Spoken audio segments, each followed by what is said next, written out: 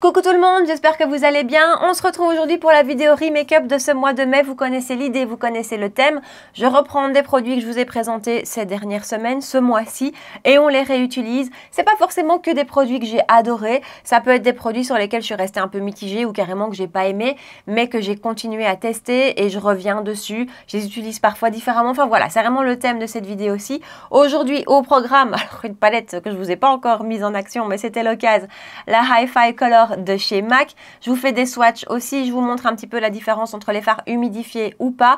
Pour le teint, je vous ressors que des produits que je vous ai présentés ce mois-ci et je ne les sais pas tous des favoris, mais quand même, et je suis très contente du rendu final. Un anti-cerne que j'aime d'amour. Enfin voilà. Si vous voulez voir de quel produit je vous parle et comment j'ai fait ce look-ci, eh ben restez avec moi. En avant, j'ai déjà mis ma base à paupières, j'ai fait mes sourcils comme d'habitude et j'ai même déjà fait une couleur de transition. J'ai pris ma palette de chez Mario, la palette de mat, et j'ai pris ce petit mat-ci que j'ai appliqué légèrement en transition parce qu'aujourd'hui, je vous l'avais dit, on va utiliser la palette de chez MAC, la Hi-Fi, que je ne dise pas, oui, la Hi-Fi Color, que je ne vous dise pas de bêtises. Donc, je vous la remontre, je vous l'avais montré dans ma dernière vidéo. Elle ressemble à ceci, c'est tout à fait pas moi. C'est hyper coloré, si vous me connaissez, si vous me suivez, vous savez que c'est pas du tout le genre de palette que j'achète en général. Mais voilà, écoutez, de temps en temps, il faut sortir des sentiers battus, il faut sortir un peu de ses habitudes et de ses zones de confort. Et donc, je me suis dit, on y va.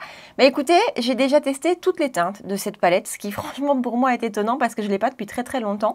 J'ai testé toutes les teintes, alors clairement, on sort de ma zone de confort, c'est pas du tout des choses que j'utilise facilement le matin, mais j'ai quand même aimé tous les looks que j'ai fait avec et ça se travaille franchement super bien comme je vous l'avais dit en vous parlant de l'autre palette dans ma vidéo précédente. Je vous incorpore maintenant des swatchs, je vous fais toujours des swatchs des palettes. Donc vous avez 12 fards, donc c'est le grand format, vous avez 12 fards. Vous avez à l'intérieur différents finis, il y a des mats entre guillemets relativement classiques. Il y a un lumineux particulièrement qui est plus scintillant que les autres, qui pour moi est le plus scintillant des trois palettes que j'ai. Il y en a un qui a un petit effet un petit peu duochrome pailleté. Et puis vous avez des lumineux métallisés et alors vous avez aussi des mats, mais des mats qui ont un léger effet satiné qui franchement sont très beaux. Donc différents finis à l'intérieur de cette palette. Une color story qui quand je la vois moi comme ça ne me saute pas forcément aux yeux. Je ne vois pas tout de suite ce que je vais faire en toute honnêteté avec vous. Alors je teste mes produits plusieurs fois, vous le savez, je vous ai dit je vais tester tous les fards de la palette et hier j'avais fait un look avec le mauve qui est là, avec le duochrome qui est ici, le bleu. Voilà. J'ai pensé refaire ça aujourd'hui et franchement ce matin c'est pas du tout ça dont j'ai envie, donc on va faire, je sais pas encore très bien ce qu'on va faire mais je crois qu'on va mélanger un peu les couleurs, donc voilà je vous rapproche et on fait ça. Donc quand je vous dis que j'ai déjà utilisé toutes les couleurs de la palette, c'est pas forcément toutes en couleur principale, en teinte principale, donc je vais tester le vert aujourd'hui vraiment sur toute la paupière mobile, je l'ai pas encore fait avec le vert. Donc je vais prendre un pinceau A11 de chez Morphe en collaboration avec Ariel et je vais mettre ça sur toute la paupière mobile et à mon avis je vais aller un petit peu dans le creux aussi. Alors je m'arrête déjà là pour vous montrer à quel point cette palette est assez facile pour quelqu'un comme moi qui n'est pas très coloré à la base. C'est que si vous en prenez peu, enfin j'en ai pris normalement mais j'ai pas hyper fort chargé mon pinceau, j'ai un pinceau qui est fort fluffy et j'ai pas trop appuyé, j'ai vraiment été délicatement. Vous voyez c'est très délicat au niveau du rendu de la teinte, c'est pas un vert qui est tout de suite hyper flash, hyper voyant, ce qui moi me convient bien. Je vais quand même un tout petit peu le moduler pour vous montrer, mais donc ça c'est pour moi un gros avantage de cette palette, c'est que tous les fards vraiment se modulent et se construisent et vous allez pouvoir en tirer une intensité différente. C'est pas des fards qui tout de suite sont très très fort pigmentés et très très fort intenses. Donc voilà, moi comme ça, en général ça me suffit en termes de couleur. Je vais quand même en rajouter, donc toujours même pinceau et vous voyez dès que voilà, on construit la teinte et tout de suite là, avec un deuxième passage, le vert commence à ressortir davantage. Voilà, avec le vert un petit peu modulé de ce côté-ci, et ici je suis restée à un passage. Vous voyez, on voit vraiment cette différence. Et ça, je trouve ça, voilà, je trouve ça très très chouette pour quelqu'un comme moi.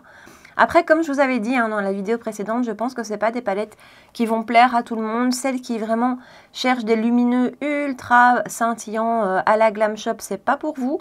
Ou celles qui aiment vraiment la Hi-Fi pour cette palette-ci en tout cas, des colorés qui sont tout de suite très colorés, très peps, de nouveau, c'est peut-être pas pour vous. Maintenant, si vous êtes comme moi et que vous avez un peu peur des couleurs, ou en tout cas, c'est pas votre truc au quotidien, ben, c'est assez chouette à utiliser en fait parce que ben, on se retrouve pas avec des couleurs hyper flash tout de suite. Alors, je change de pinceau et je vais prendre le jaune.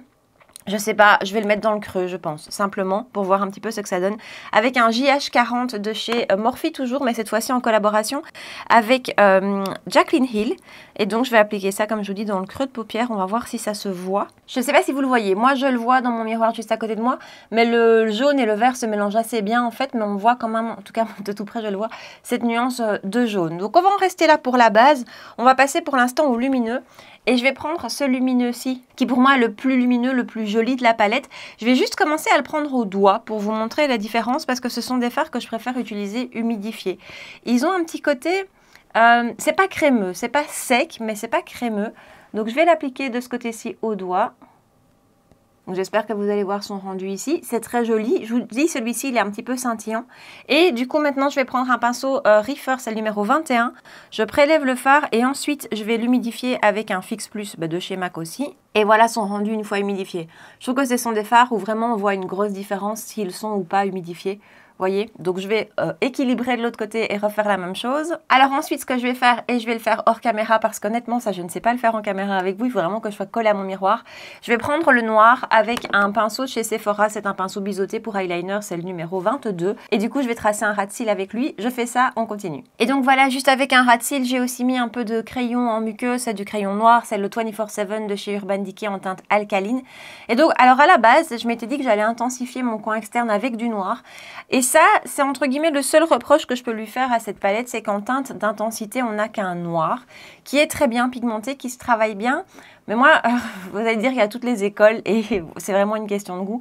Mais moi, je préfère un marronné plutôt très foncé pour intensifier que directement un noir où la transition est vraiment difficile, enfin est vraiment forte.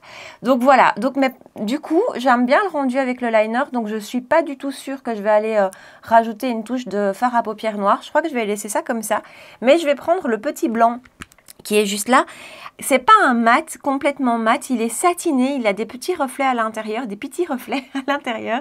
Il est très très joli. Avec un pinceau JH42, toujours une collaboration Morphe Jaclyn Hill. Ce sont finalement des pinceaux que j'aime beaucoup, je les utilise depuis des années. Et je vais appliquer ça en coin interne. Vraiment, je le fais très délicatement parce que de nouveau, vous savez que je préfère en termes de couleur y aller léger.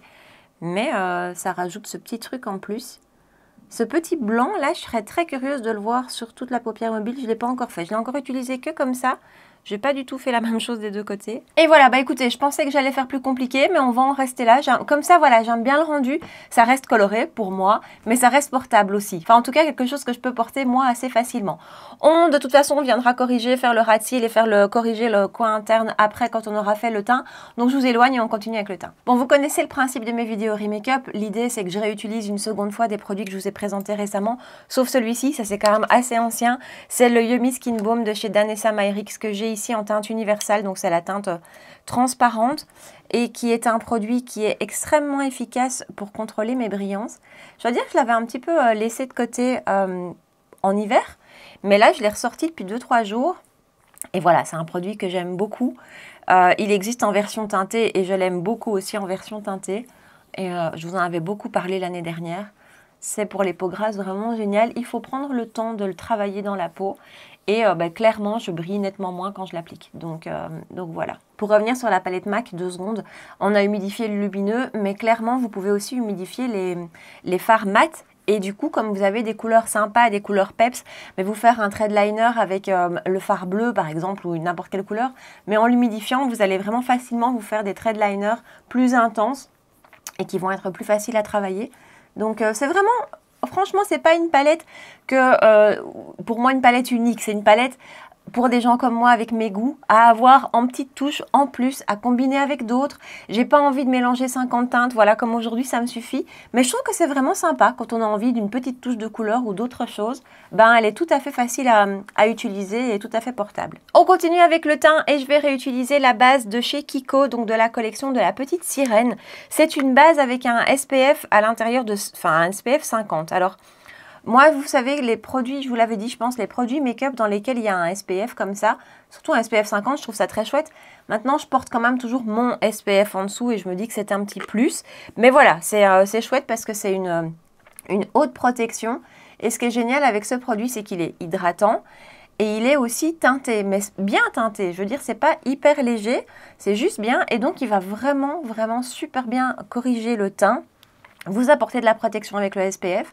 Il a un très joli rendu sur les pores. Il sent super bon. Et la couvrance est extrêmement légère. Hein, c'est vraiment plutôt un perfecteur de teint. Mais moi, ça ne me conviendra pas à porter tout seul parce que d'abord, j'ai une peau grasse et qu'ensuite, j'aime bien avoir un peu plus de couvrance.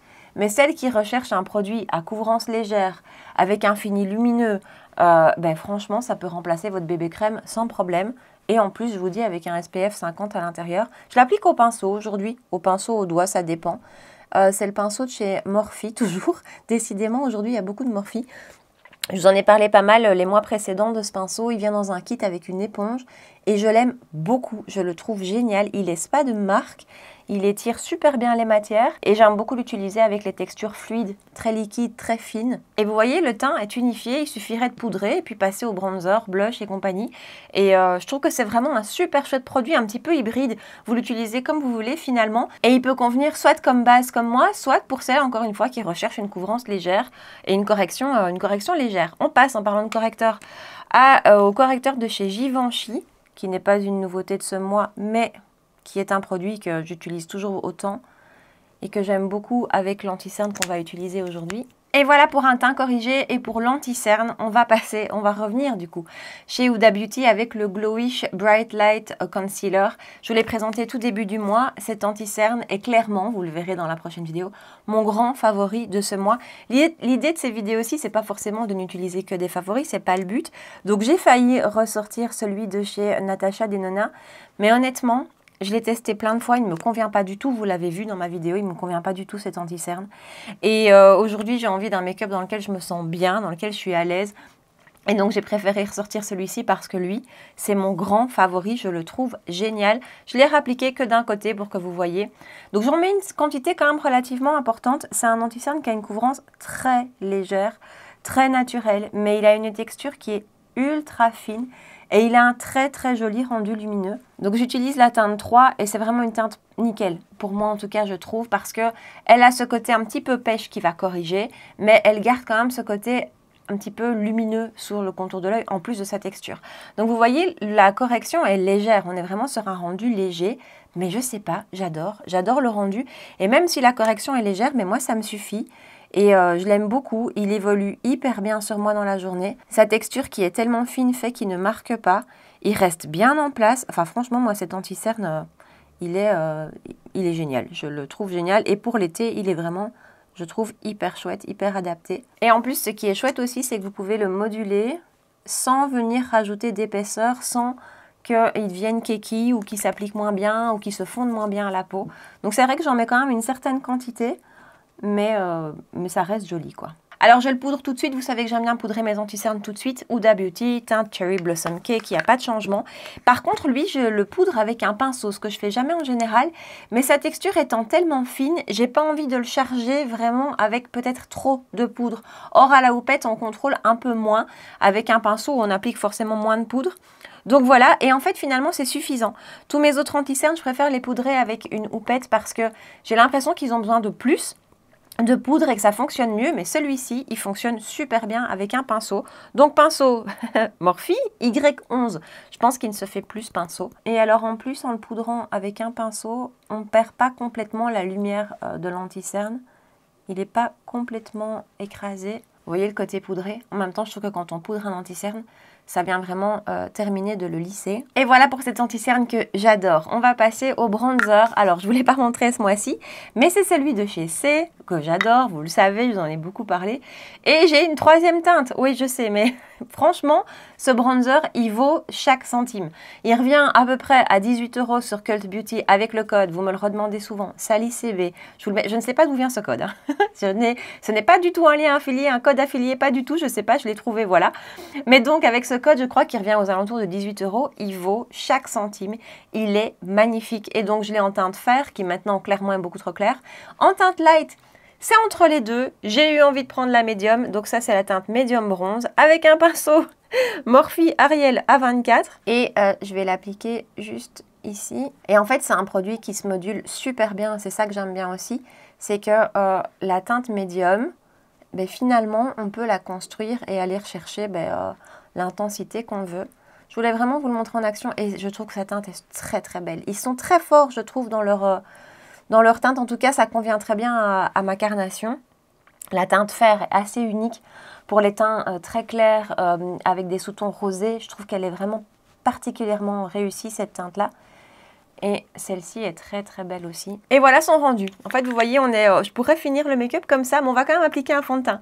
Blush, celui de chez Tata Harper en teinte Lovely ou Jolie, que j'applique avec un petit primer applicateur de chez ELF. Et ce blush, alors là, en termes de blush crème, je vous l'avais dit, je vous l'ai présenté celui-ci dans ma toute dernière vidéo. C'est un des plus beaux blush crème que j'ai pu tester. La texture est superbe, c'est hyper fin. Vous voyez que le fini est lumineux. Il n'y a pas besoin d'highlighter, mais en même temps, c'est pas un lumineux métallisé du tout. Hein. C'est juste un joli lumineux. Ça sent super bon. Et au niveau de sa compo, c'est a priori des produits chez Tata Harper qui sont plus clean, on va dire, même si ce terme est toujours un peu délicat à utiliser. Mais voilà, si pour vous c'est important la compo des produits, ça peut vous plaire. Et en termes de texture, de finesse, d'application, regardez la lumière qui se dégage, ultra fin, joliment pigmenté. La teinte ici est juste super belle. Alors je vais en rester là, hein. Vous savez bien que moi j'aime beaucoup utiliser mes produits. Donc là maintenant je vais mettre un fond de teint poudre par-dessus. Tout ça va s'estomper, mais j'avais juste envie de le réutiliser. Je l'adore. Donc, fond de teint poudre, on revient chez Kiko avec la collection de la petite sirène. Le fond de teint poudre que j'ai en teinte 04, que j'applique avec un pinceau, décidément aujourd'hui, Morphe Jaclyn Hill JH03. Les pinceaux poudre, je les applique soit à l'éponge velours ou une éponge classique humidifiée, soit au pinceau. Le rendu ne sera pas le même. Voilà, le rendu sera plus léger, plus fin, moins couvrant avec un pinceau, mais pour le moment c'est ce que je préfère. Et je vous l'avais dit, les fonds de teint poudre de chez Kiko qui sortent comme ça chaque année sont mes favoris de tous, je les adore. Alors ils ont sorti dans leur collection permanente récemment un nouveau fond de teint poudre que j'ai acheté. Et je ne sais pas ce qui m'a pris, mais quand je l'ai acheté, je l'ai pris en teinte 6, sachant que je crois qu'il y a 8 teintes. Hein. Donc je ne l'ai pas encore testé parce que clairement je suis rentrée à la maison, je me suis dit mais qu'est-ce que tu as fait? Maintenant que je triche bien avec mon auto-bronzant, je pense que je vais pouvoir le sortir. Je pourrais vous dire si pour moi ils sont aussi bons que ceux-ci. Mais voilà, j'adore ces fonds de teint poudre ici. Alors souvent vous me demandez, vous me dites j'ai la peau déshydratée, j'ai la peau sèche, est-ce que ça peut me convenir? Alors après c'est une question difficile pour moi parce que je ne suis pas maquilleuse pro, donc je ne maquille pas sur d'autres peaux et que ma peau c'est tout le contraire d'une peau sèche. Mais je pense qu'il n'est pas ultra matifiant. Je pense que si vous allez faire une routine qui à la base est ultra hydratante, ça peut peut-être vous plaire, mais alors d'office appliqué au pinceau, pas à l'éponge. Mais quand même, attention que ça peut toujours aller peut-être un petit peu plus marquer les zones de sécheresse ou les ridules ou ce genre de choses. Donc voilà, à tester. Clairement, celui-ci, si vous avez envie de tester un fond de teint poudre, celui-ci, je pense, peut convenir à tous les types de peau. Mais moi, voilà, je trouve qu'il a un côté ultra perfecteur. Il est super beau sur les pores. Il est fin. Il est super joli. Regardez, la lumière passe encore du blush en dessous. Donc voilà, c'est vraiment un fond de teint poudre que j'adore. On va terminer le make-up des yeux rapidement. Je prends un crayon de chez Victoria Beckham en teinte Gold Lamé que je vais mettre en muqueuse inférieure. Ensuite, je vais reprendre mon vert et je me demande si je vais pas... Non, je vais reprendre le vert d'abord dans un premier temps. Je vais l'appliquer tout le long du ras de cils inférieur. Pinceau JH39, toujours Morphe Jaclyn Hill. Avec le même pinceau, je reprends le jaune et je vais simplement repasser le jaune par-dessus, en fait, je pense, pour avoir une toute petite touche de jaune. Et ensuite, je reprends mon pinceau eyeliner et je vais reprendre le noir. Et je vais vraiment essayer de l'appliquer tout à fait au ras du cil inférieur, juste entre les cils pour intensifier un petit peu. Et voilà, et pour terminer, j'ai utilisé un crayon 03 de chez Reefer pour estomper le noir que j'ai mis au ras du cil inférieur. J'applique mon mascara hors caméra et on continue. Et voilà, et en mascara, j'ai appliqué le Thrill Seeker de chez Rimmel. Je ne le quitte plus ce mascara, je ne le quitte plus, je l'adore. Voilà, il a détrôné tout ce que je peux utiliser. J'ai réessayé le Fenty il y a 2 jours. Je préfère le Rimmel, donc voilà, mais c'était pas une nouveauté. Je vais poudrer, je poudre quand même si j'ai utilisé un fond de teint poudre avec la poudre de chez Moira. C'est la Set and Correct Loose and Setting Powder en teinte 05 Pink. Cette poudre, je vous l'avais dit, pour moi est un dupe de la Huda que j'aime tant, la teinte Cherry Blossom Cake, et un dupe de la Huda aussi au niveau de son efficacité sur le contrôle de mes brillances et sur mon sébum. Honnêtement, elle est hyper efficace, même peut-être un petit peu plus que la Huda que j'ai terminée. Donc je me suis dit que j'allais rester sur celle-ci, bien que j'ai un backup hein, de la Huda dans mes tiroirs, mais voilà, on va rester sur celle-ci, puisque maintenant j'ai aussi un backup de celle-ci. Oui, voilà. Je l'ai trouvé sur Boozy Shop. Boozy Shop qui commence de plus en plus à rentrer des produits Moira. Petit à petit, c'est chouette parce qu'il y a beaucoup de choses que j'ai envie de découvrir, leur blush, crème et compagnie. Bon, le but de ces vidéos n'est pas de n'utiliser que des produits coup de cœur du mois, que des favoris du mois, c'est de réutiliser un peu tout. Donc, on va utiliser, parce que je vous ai présenté pas mal de bronzers ce mois-ci, deux que j'adore, le Kiko et le MAC.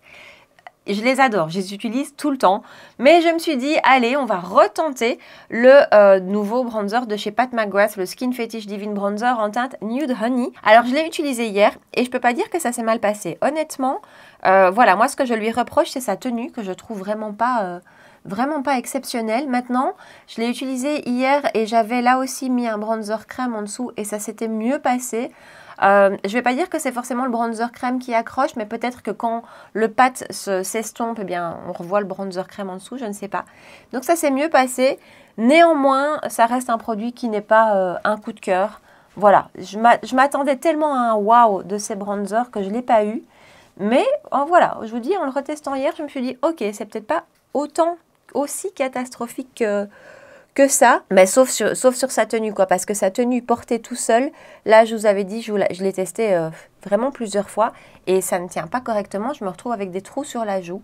Maintenant, hier, ça s'est mieux passé, et comme on a un teint qui est ultra poudré, et qu'on a mis un bronzer crème en dessous, ce qui est étonnant aussi, c'est que sa teinte, une fois appliquée, est beaucoup plus chaude que dans le... Enfin, dans le retour caméra, il a l'air assez chaud, pourtant, en vrai, il est assez froid, dans le pan, en tout cas, parce qu'une fois appliqué... Ben, la teinte que vous voyez, c'est vraiment celle que je vois. C'est assez chaud. Mais comme on est dans une période bronzer, si je vous devais vous aider à choisir et de vous dire, ok, allez plutôt vers celui-là, soit vous cherchez un fini lumineux, allez vers le Kiko, il est canon. Soit vous cherchez un fini plutôt mat, et alors la teinte medium rosy, si vous avez des sous-tons un peu roses comme moi ou neutres de chez MAC, la teinte medium rosy, moi, c'est un énorme coup de cœur. Et de loin, je préfère... à celui-ci, mais voilà. Et en blush, même chose, on va chez Pat avec le Divine Rose 3 qui est une des nouvelles teintes. Là aussi, jolie teinte, mais j'ai plus cet effet waouh que j'avais pu avoir avec les blushs de chez Pat quand ils sont sortis initialement. Je pense que j'en achèterai plus, voilà, je pense que c'est bon, j'ai fait le tour de ces blushs-ci, j'ai plus d'effet waouh. En parlant de blush, j'ai commandé hier les nouveaux blushs de chez Makeup by Mario, c'est une catastrophe.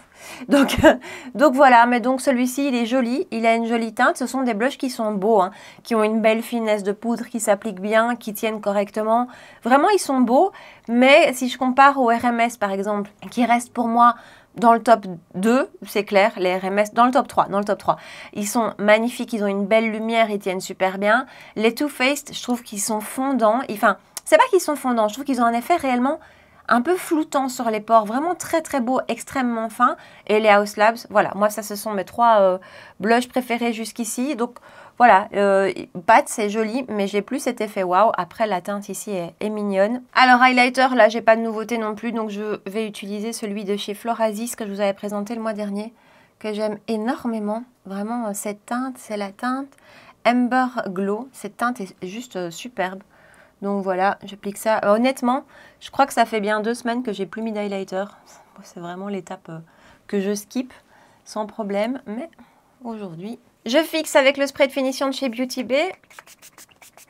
Et je vais appliquer du rouge à lèvres. Alors mon rouge à lèvres coup de cœur de ce mois-ci, d'ailleurs je viens de le prendre dans mon sac parce qu'il était encore dans mon sac à main.